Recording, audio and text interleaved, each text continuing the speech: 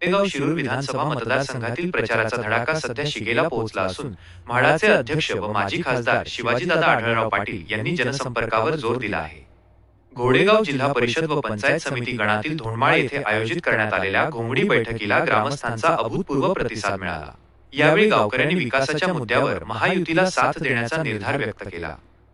विकासाची परंपरा कायम राखणार, ग्रामस्थांचा सूर. या बैठकीदरम्यान धोंडमाळ येथील नागरिकांनी आपल्या भावना व्यक्त करताना सांगितले की दिलीप वळसे पाटील साहेब आणि शिवाजीदादा आढळराव पाटील यांनी नेहमीच आमच्या गावाच्या अडचणी लक्षात घेऊन ठोस कामे केली आहेत. गावातील रस्ते, पाणी आणि मूलभूत सुविधांचा प्रश्न या नेतृत्वामुळेच मार्गी लागला आहे. बैठकीत ग्रामस्थांनी एकमुखी निर्णय घेत जाहीर केले की साहेबांनी दिलेला उमेदवार निवडून आणणे हीच आमची त्यांना खरी पावती असेल.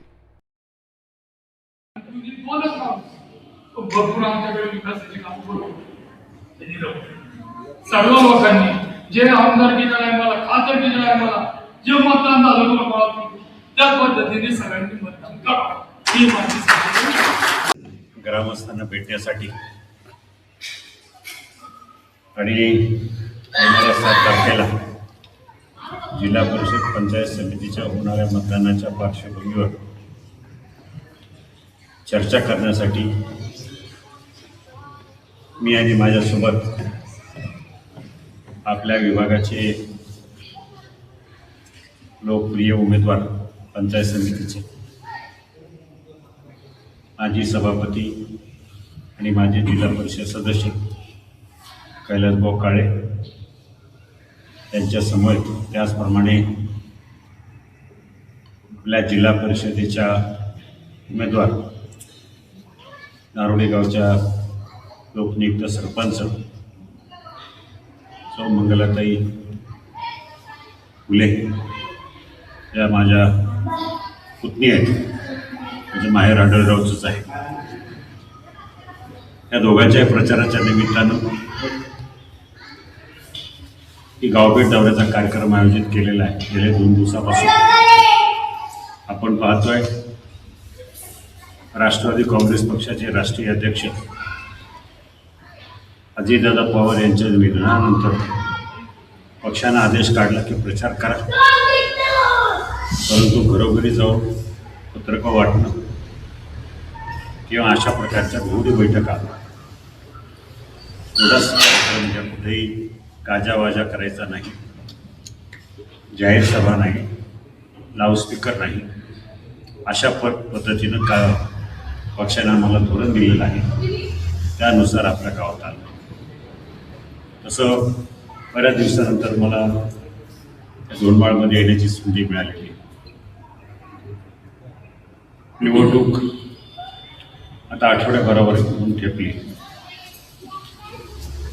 पण जे वातावरण मी पाहतोय आपल्या आंबेगाव तालुक्यापुरतं जर बोलायचं झालं तर सगळे विरोधक एकत्र झाले. त्यांना असं वाटायला लागलं आपण आता एकत्र आलो की आम्हाला हरवता येणार नाही, पण एकत्र आलो तर काहीतरी आम्ही दिवे लावू, असा त्यांचा समज आहे. विधानसभेला लोकांनी थोड्याफार प्रमाणात चूक केली मतदान करताना. आपल्या गावाने केली चांगलं, दांडवडीने चांगलं केलं, या परिसरात चांगलं केलं, घोड्यावर चांगलं केलं,